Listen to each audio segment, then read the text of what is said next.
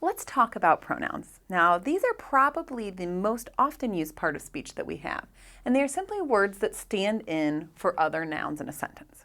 There are 6 types of pronouns, and I have yet to be in a classroom where a teacher has made me memorize each of these 6 types, but I want to explain them to you so that you're aware of what they are, because then you're going to be much more likely to be able to pick out any pronoun when it comes to sentences. So let's talk about it. The first and most common type of pronouns are the personal pronouns. So they describe a person or a thing that's being spoken about.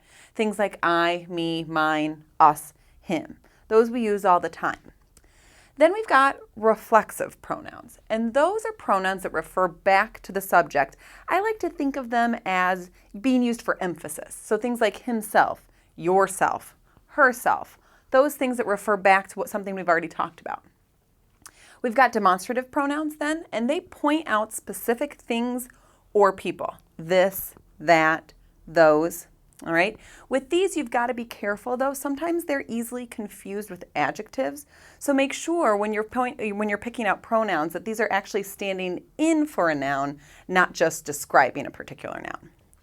Next up are interrogative pronouns. These are pretty easy to remember. They introduce questions. So who, what, which, whose.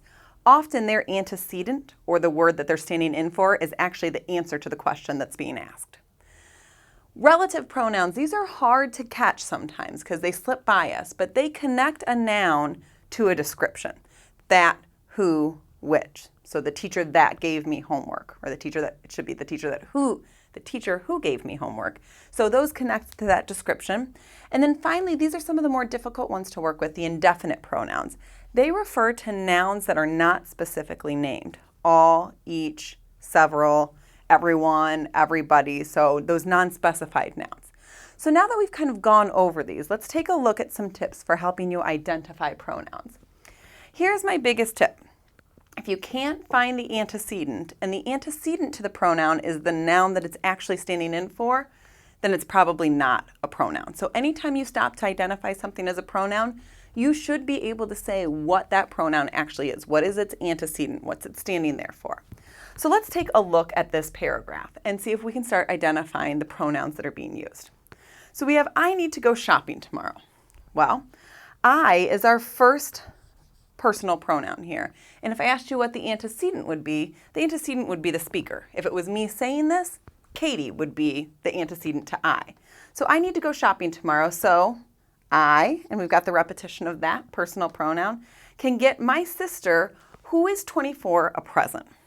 All right.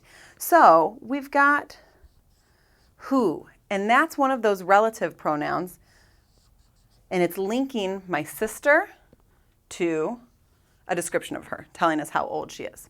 Some of you may want to mark my as a pronoun, but you've got to look at how it's being used in the sentence here. Here it's telling whose sister or which sister, which means it's answering one of those adjective questions, and it's actually being used to modify sister. So this is not a pronoun here. All right. She had a birthday party the other day. So she is referring to my sister, and it would sound a little bit awkward if every time I wanted to say she, I had to say my sister. So this is another pronoun. She had a birthday party the other day, and I, again, forgot something.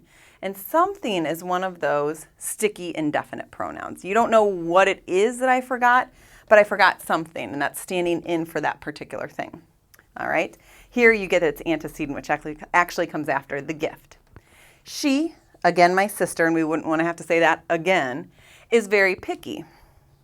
She doesn't like this, and she doesn't like that. Those are those demonstrative pronouns that are pointing to something specific. Even though we don't know what it is, this and that are standing in for particular nouns there. I think, even she, again, standing in for my sister. And here's one of those not often used reflexive pronouns. So she, herself, it's just giving emphasis, repeating that idea, doesn't know what she wants. Wish me luck. So there's me again in reference. So you can see we use them quite frequently, but imagine if we had to plug in the noun that each one stands for, how awkward that would sound. So clearly you've got some easy ways to identify the 6 different types of pronouns. Again, don't worry too much about the type, but make sure you're able to identify all of them. By 2. I can't do this with you 2 laughing back there. Work it. Work it. So if we had, no, that's not right, 3 coplanar points. So have you ever gotten off an airplane?